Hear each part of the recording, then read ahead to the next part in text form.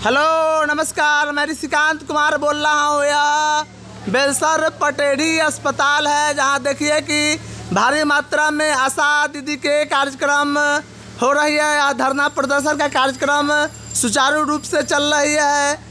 हम इनसे कुछ बात करना भी चाहेंगे। बताइए कि यह धरना प्रदर्शन आप लोग का कितने तारीख से चल रही है? 12 जुलाई से चल रहा है। 12 जुलाई से चल रही है। अच्छा, आप लोग का क्या क्या मांग है बताइए? हम लोग का 9 सूत्री मांग है। ठीक। जैसे कि हम लोग सबके सरकारी कर्मचारी घोषित करे सरकार। ठीक ठीक। और जो दे रहा है प्रोत्साहन राशि उसको मानदेय में बदल दे। अच्छा ठीक। तो कोरोना काल में हम लोग काम किए थे इतना, उसका पैसा हम लोग को नहीं मिला। कोरोना काल का पैसा हम लोग को मिलना चाहिए। ठीक, नहीं मिला। अप्रैल 2019 से जो लागू हुआ था 1000 प्रोत्साहन राशि वाला सरकार लागू तो कर दिया, लेकिन वो भी नहीं मिला।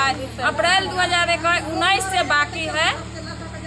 आप लोग को कितने महीने से पेमेंट नहीं मिला है? आप लोग ये बता सकते हैं? इधर का तो मिल रहा है सर, जो अच्छा। बन रहा है वो मिल रहा है।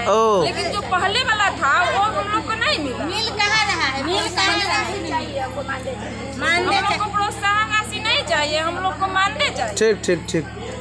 देखिए, और दीदी लोग है, दीदी लोग से बात करना चाहूँगा। हाँ बताइए कि बताइए। हाँ, यह जो धरना प्रदर्शन है यह अनिश्चितकालीन के लिए, जैसा आप बता चुके हैं, यह अनिश्चितकालीन के लिए धरना प्रदर्शन है। इसमें सरकार से आप क्या चीज़ मांग करना चाहिएगा? हम लोग का सरकार मानदेय कर दे। और सरकार से हम लोग का यही है, नहीं तो जब तक मानदेय नहीं करेंगे तब तक हम लोग धरना पर बैठे रहेंगे भूखे उपासे। चलिए, हम लोग डिलीवरी में भी आते हैं तो हम लोग का बैठने का भी जगह नहीं मिलता। हाँ, ऐसा कुत्ता का भी रहने का जगह मिलता है, मगर उससे भी बहुत सर हम लोग का। अच्छा देखिए, हाँ ये तो दीदी कहते हैं 1 बजे रात में जाओ, तू लोग पेशेंट पहुंचा दो, जाओ कहाँ जाएंगे? देखिए इस तरह से सरकार कहती है कि नीतीश कुमार कहते हैं कि हम सुशासन बाबू की सरकार है, लड़कियों की सम्मान और इज्जत की बात किया जाता है। यह भारत देश में लड़की और औरत को भगवान माना गया है। आशा को बहाली कर लिए, आशा की बहाली करके कुछ नहीं दिए। ठीक। देखिए, 8 काम करने पर 1000 रुपया, वो भी नहीं। 8 का हम काम कीजिए तो वो भी 1000 रुपया कट जाएगा। अच्छा बताइए, 8 काम को 1000 के बाद में 8 काम करने के बाद 1000 रुपया उस 1 मिनट, उस 8000 को 1000 को 8 से डिवाइड कर दीजिए, बाकी बच गया कितना? समझिए कि मुश्किल से 80 रुपये के करीब में बच जाए। आप बताइए 80 रुपये में कौन आदमी काम करेगा? 80 रुपये में कैसा मजदूर मिलेगा? वो भी नहीं मिलता। ओहो, 80 रुपया टाइम पर नहीं मिलता है। उसमें से 4 घंटा तभी पैसा मिलेगा, नहीं तो नहीं। अच्छा, तो देखिए किस तरह से है। और बच गया तो ये मुद्दा तो सबसे खास बात है, जो रात में डिलीवरी लेकर आते हैं। अब बताइए कि और उसमें भी औरत को रहने का स्थान नहीं दिया जाता। अगर मान के चलिए कि डिलीवरी लेकर आए और रास्ता में अगर कोई अनहोनी, अगर कोई घटना घट जाता है, इसका जिम्मेदार कौन होता है? सरकार जिम्मेदार होता है। तो सरकार तो वहाँ गद्दी पर बैठल रहेगी, लेकिन जिसके साथ घटना होगा वह तो समाज में मुंह दिखाने लायक नहीं रहेगी। बताइए कि इस तरह से कैसे सुरक्षा व्यवस्था की बात हो सकती है? एक तरफ हम नारियों की शक्ति की बात कर रहे हैं, एक तरफ नारियों के सम्मान की बात कर रहे हैं, एक तरफ कहती है कि आशा में नौकरी करने से नारी सम्मान के साथ जिएगी। जहाँ पैसे ही नहीं मिलेगा, क्या चीज़ का सम्मान मिलेगा? सम्मान नहीं, बल्कि समाज के तरफ से उसको बुड़बक ठग कर काम करवाया जा रहा है, बेवकूफ़ ठग कर काम करवाया जाता है। देखिए इस तरह से। और मैं साथ साथ यह भी चीज़ दिखाना चाहता हूँ। देखिए कि यह बेलसर पटेढ़ी के अस्पताल है। इसमें सरकारी एजीएम से लेकर सरकारी डिपार्टमेंट तक सभी विभाग आते होंगे, लेकिन देखिए खुला हुआ नाला है। इसमें विभिन्न प्रकार के गंदा पानी है, और इस तरह से मच्छर भी इसमें पनपता होगा। और इस मच्छर के काटने से सरकारी अस्पताल के ही लोगों को बहुत गंदगी और बीमारी फैलेगी। कैसा अस्पताल है भाई? सरकारी अस्पताल में भी इस तरह से व्यवस्था है, और यहाँ देखिए किस तरह से पानी है। लेकिन प्राइवेट अस्पताल में अगर जाइएगा तो ऐसा माहौल नहीं मिलेगा। वहाँ का देखिए किस तरह से, वहाँ किस तरह से, देखिए किस तरह यहाँ व्यवस्था देखिए। अच्छा देखिए, ठीक है। तो यह धरना प्रदर्शन चालू है। सरकार के सारे कार्यक्रम स्थगित किया हुआ है।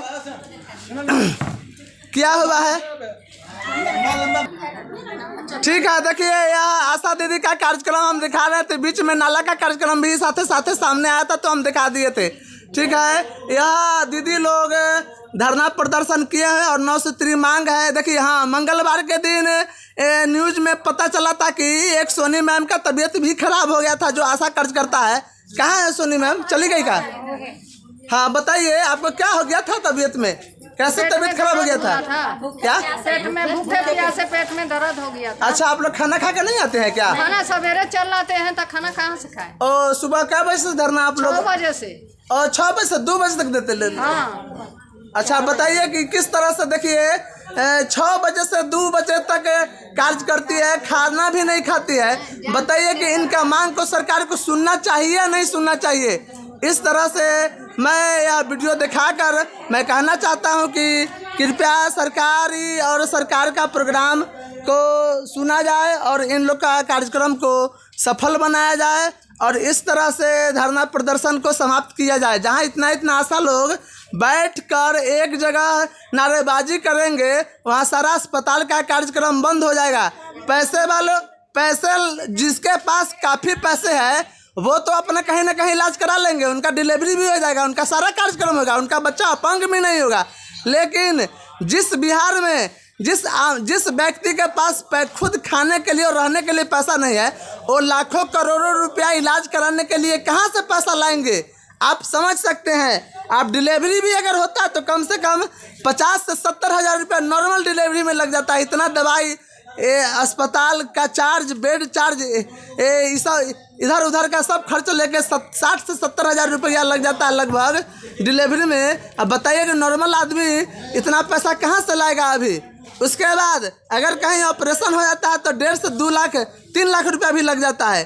और सरकारी अस्पताल में तो काम होगा नहीं, यहाँ तो नारेबाजी होगा। तो देखिए, अगर सरकार हम लोग को 2 तरह से शोषण करती है, एक शिक्षा का शोषण, एक अस्पताल का शोषण। सरकार कहती है कि एक राष्ट्र एक इलाज, एक राष्ट्र एक व्यवस्था। आप चीन जाइए, अमेरिका जाइए, महाराष्ट्र जाइए, चीन अमेरिका जाइए, उसके बाद और मैंने विश्व के सारे देश में जाइए, वहाँ एक व्यवस्था है ना, वहाँ एक व्यवस्था है।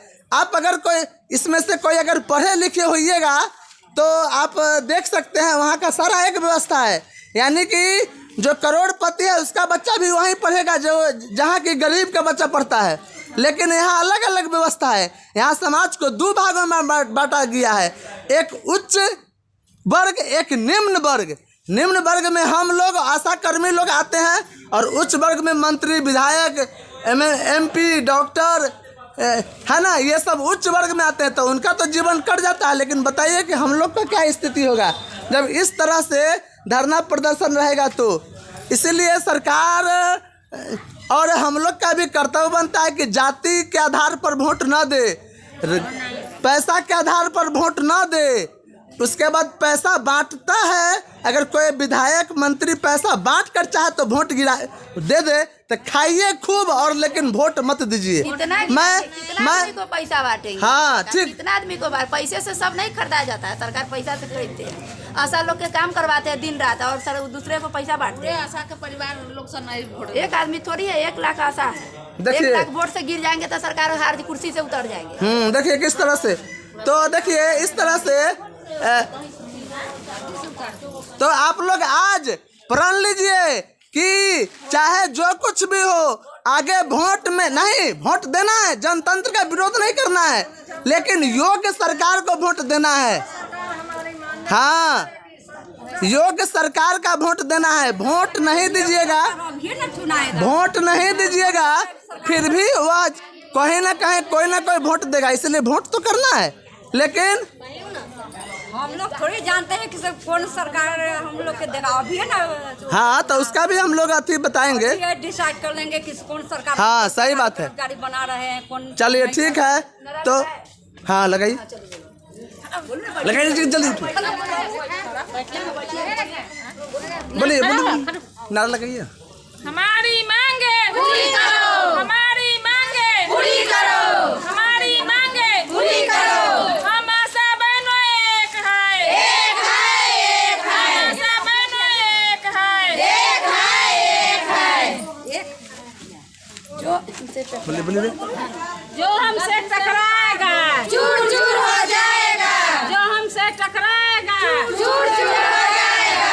1000 में दम नहीं है, 26,000 से कम नहीं, 1000 में दम नहीं है। 26,000 से कम नहीं। आशा संघ जिंदाबाद, आशा संघ जिंदाबाद। एक बार बोलिए भारत माता की, भारत माता की। ठीक है, थैंक यू। यह वीडियो यह वीडियो बनवाने के लिए धन्यवाद। और आपकी बात को हम प्रयास कर रहे हैं कि ज़्यादा से ज़्यादा लोग तक भेजें और आपकी बात की प्राथमिकता दिया जाए। आप देख चुके हैं कि गुरौल में भी मैं आवाज़ उठाया था, भगवानपुर में भी आवाज़ उठाऊंगा और अभी मैं लालगंज जा रहा हूँ। लालगंज के भी आशा लोग को हाँ अपने मुहिम से जोड़ कर और इसको सफल बनाने का प्रयास कर रहा हूँ। ठीक है, इस तरह से आप अपने आत्मविश्वास को कभी टूटने नहीं दीजिएगा और आप इस तरह से निरंतर कार्यक्रम को बनाए रखिएगा। लेकिन हाँ, ऐसा भी नहीं होना चाहिए कि इमरजेंसी भी बंद नहीं होना चाहिए, क्योंकि हम लोग मानव है और एक मानव दूसरे मानव का जब काम नहीं आता है तो यह मानवता बेकार है। नहीं करते हैं, डिलीवरी बंद नहीं करते। हाँ ठीक है, डॉक्टर नहीं बंद करते हैं। हाँ इमरजेंसी नहीं बंद करना है। ठीक है, थैंक यू।